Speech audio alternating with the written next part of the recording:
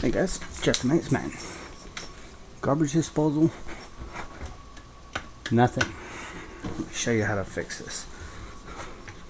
First thing you want to do, on the bottom, you can't see. No, I can't see it.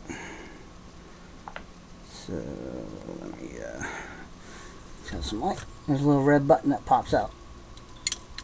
Click that in. Next thing you want to do, usually there's a garbage disposal wrench. We didn't leave one in here, so I'm just going to use my Allen keys. Made by Allen. And there's a... well, that's not it. Quarter inch Allen key. There's a hole on the bottom of it. I'm just going to unstick it like that. Give it a couple turns, pull your key out,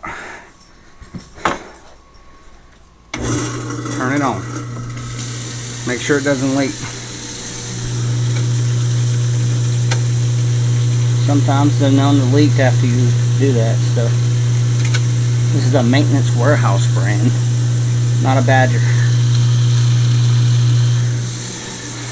But that's Tech Tip. Jeff the Maintenance Man. Y'all guys have a great day and be safe.